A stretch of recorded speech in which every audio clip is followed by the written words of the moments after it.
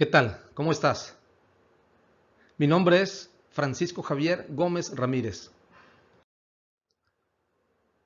Te doy la más cordial bienvenida a este curso introductorio a la inteligencia social. ¿Te has preguntado lo que saben las empresas felices acerca de la inteligencia social? Bueno, a fin de cuentas, ¿qué sabemos nosotros para que una empresa pueda ser feliz o que pueda lograr que se cumplan sus objetivos? Pues uno, esas son las teorías de motivación. Mientras la gente se sienta más motivada, pues es muy probable que se logren los objetivos y los resultados para lo que la empresa fue diseñada. Pero a veces esto no se cumple. ¿Por qué? Por falta de inteligencia social de las personas y de los líderes de las organizaciones. ¿Qué vamos a exponer aquí en este curso? Bueno, aquí expondremos el convencimiento de que es posible llegar a ser un líder que proporciona confianza, sentido y esperanza, que infunde optimismo a sus empleados y a fin de cuentas evidenciará el enorme potencial y las consecuencias prácticas de que se pueden desencadenar si las organizaciones se encaminan hacia la búsqueda de la felicidad. Entiéndase que la felicidad es el sentido y la realización de uno mismo.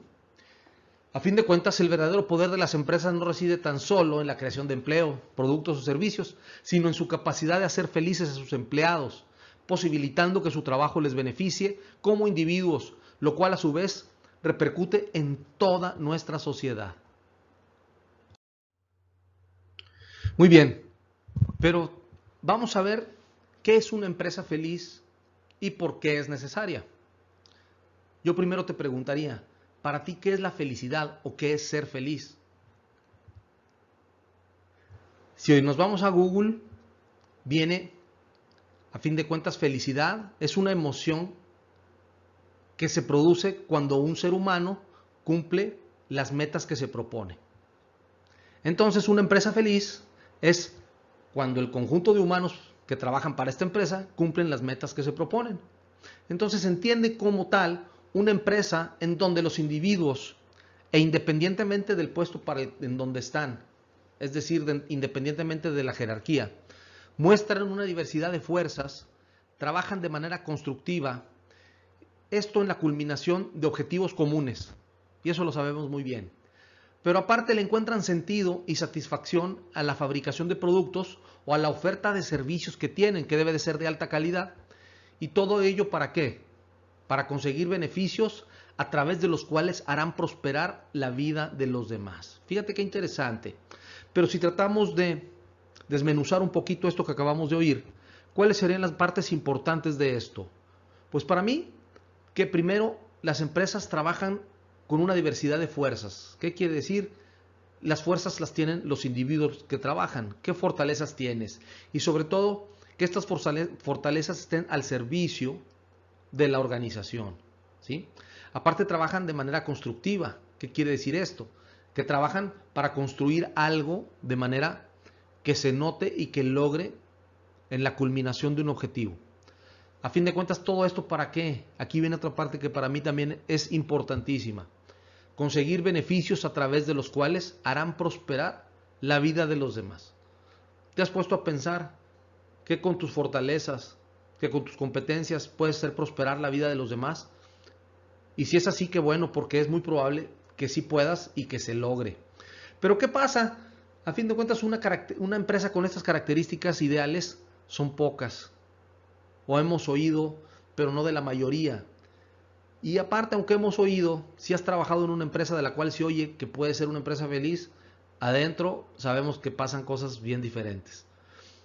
Entonces, existe un elevado número de empresas que no se ajustan a este perfil. Pero ¿sabes por qué? Porque trabajan infundiendo miedo. Aunque a veces se hace inconscientemente, no quiere decir que esto se esté infundiendo conscientemente. ¿Qué tipos de miedo son los que las empresas infunden, ya sea consciente o inconscientemente? Uno, el miedo personal. ¿Cuáles son estos miedos? A perder el trabajo, a ya no crecer en la organización, a diversas situaciones que ocurren internamente. Otro, miedos comerciales. ¿A qué? A la competencia, miedo a que me supere, miedo a que me quite el mercado, ¿sí? Y eso se lo infunden a la gente pues a los departamentos, ¿verdad? Fin de la historia. ¿Qué otro miedo podemos pensar que existen en las organizaciones? Los miedos financieros, a no cumplir con las expectativas de los accionistas y a no cumplir también pues para poder pagar las cosas que se tienen que pagar, utilidades, sueldos, etcétera. Miedos tecnológicos son aquellos miedos que probablemente sea no cumplir con las expectativas de llevar al mercado o de llevar al cliente con la tecnología adecuada lo que ellos esperan, o no trabajar internamente en las gestiones internas con la tecnología adecuada. Y por último, pues miedo a los conflictos. A fin de cuentas, las relaciones humanas siempre llevan a conflictos. Entonces, otro miedo es el conflicto, que puede ser un conflicto empresarial, un conflicto personal, ¿sí? Una crisis interna, crisis interdepartamental. Entonces, lamentablemente, las empresas, siempre te dije, consciente o inconscientemente, están infundiendo estos miedos. Sabemos que el miedo es capaz de motivar, lamentablemente, ¿no? Al fin de la historia, una de las emociones que más ha hecho desarrollar al ser humano a través del tiempo es el miedo, ¿sí? Todo en nuestros ancestros, allá en la era de las cavernas, pues tenían miedo a que se los comieran los dinosaurios, pues se metían a las cuevas o inventaron armas. Tenían miedo a que les robaran otros cavernícolas sus cosas, pues con las mismas armas o inventaron cómo guardarlos en otra forma. Entonces, el miedo nos ha hecho evolucionar porque nos ayuda a prevenir, ¿sí? Sobre todo a prevenir cosas que sabemos que podemos como seres humanos prevenir. Entonces, pero también el miedo, ¿qué infunde? Infunde parálisis. Hay gente que le da miedo y se queda parada y no hace nada. ¿Qué otra cosa infunde? Huida. Ok, me da miedo, me voy, ¿verdad? Puede ser de manera presencial o mentalmente y no estoy presente en donde deba de estar. Y otra cosa que genera el miedo, pues es la lucha, ¿sí? Lamentablemente también lucha de poder, lucha de situaciones donde siempre estará presente el miedo y yo me preparo. A fin de cuentas es una reacción biológica que tiene el ser humano y es luego a estar a la defensiva. Pero ¿qué pasa? Las organizaciones deben de efectuar una transición. Pero si hablamos de las organizaciones también, quiere decir que los individuos deben de efectuar una transición de una cultura corporativa, que podemos llamarle destructiva, ¿sí? Y asentada a la aprensión hacia una cultura sana. Fíjate, una cultura sana que deliberadamente pueda llevarte a la felicidad, con todas las cualidades constructivas que ello requiere. ¿Cuáles son estas cualidades? Y que podemos platicar de ellas y que se engloban en 5 importantes grupos. Uno es, fíjate, en este primer grupo está incluida la humildad. Otro es la inclusión.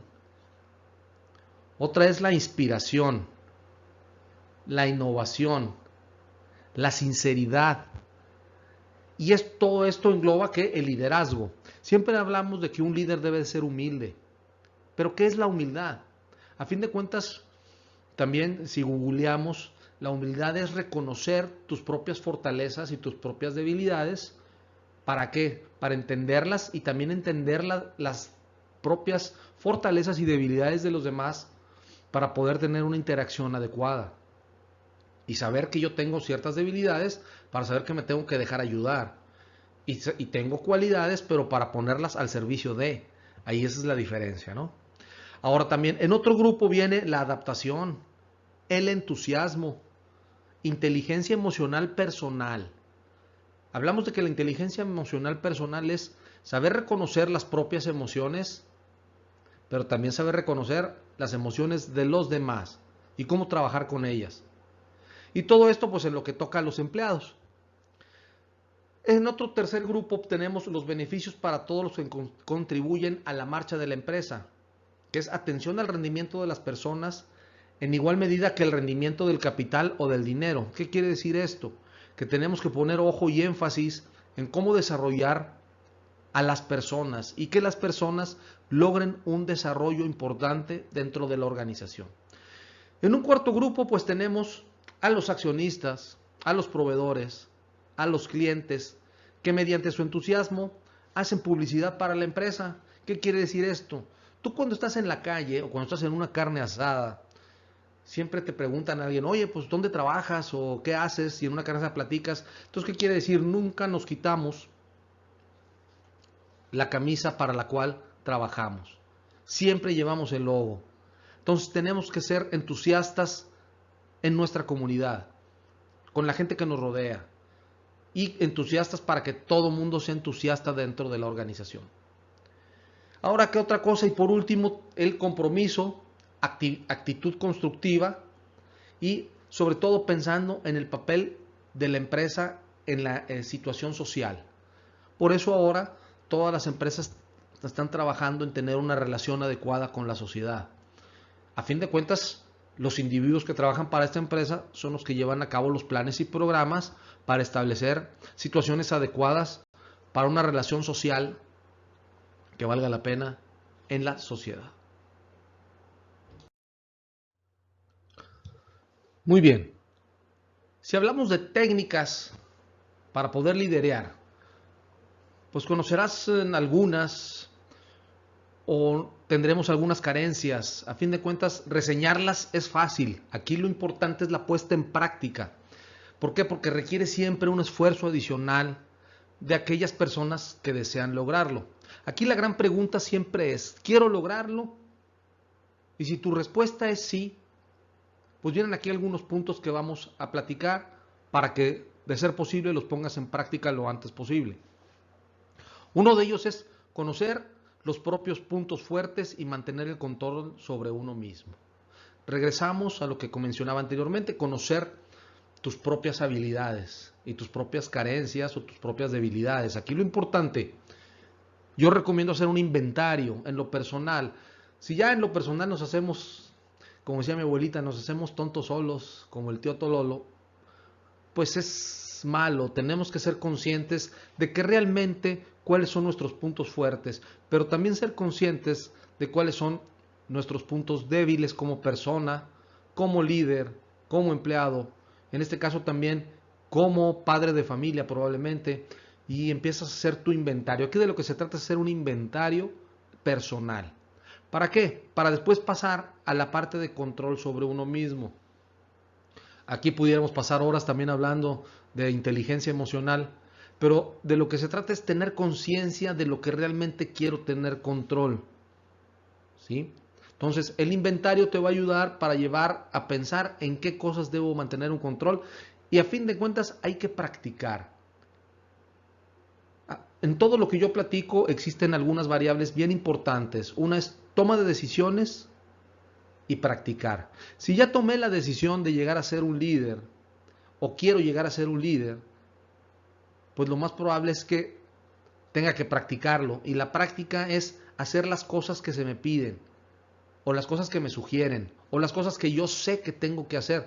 Porque a fin de cuentas o has leído, o te han dicho, o has ido a cursos en donde te piden que lleves a la práctica ciertas situaciones, ciertas actitudes, ciertos comportamientos, o la lectura de ciertas cosas, pues es hacerlo. Y es lo que cambia, ¿no? El hacerlo o no hacerlo.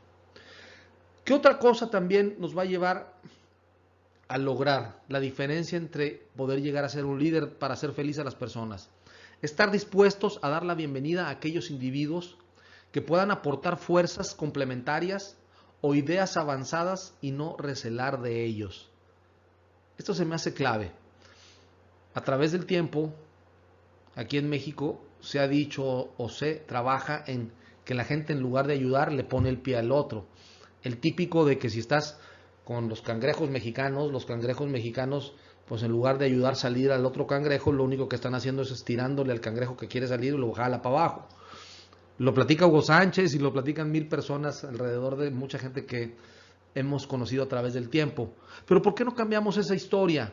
Entonces, ¿qué pasa si nos rodeamos de gente que pueden aportar y los hacemos crecer en ese sentido? Porque a fin de cuentas la intención es crecer con ellos. Esa es la real intención, crecer con ellos, y eso nos va a ayudar a crecer todos en el momento adecuado. Otra cosa es no permanecer encasillado en el propio lugar, en el propio despacho, sino interesarse por los empleados en igual medida que por los clientes.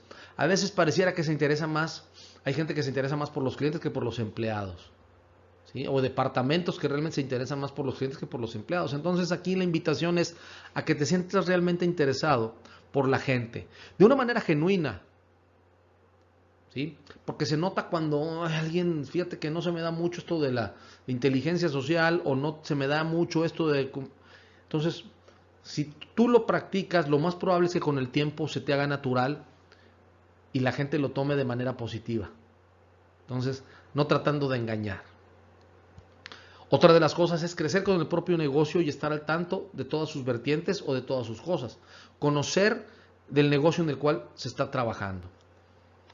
Ahora, aquí también es importante que cuando se cambia de estructura organizacional o organizativa, la idea directriz ha de ser modificar los comportamientos y la cultura corporativa en función de las posibilidades del futuro. Y no solo para recolocar individuos o resolver ciertos imprevistos. ¿Qué quiere decir esto?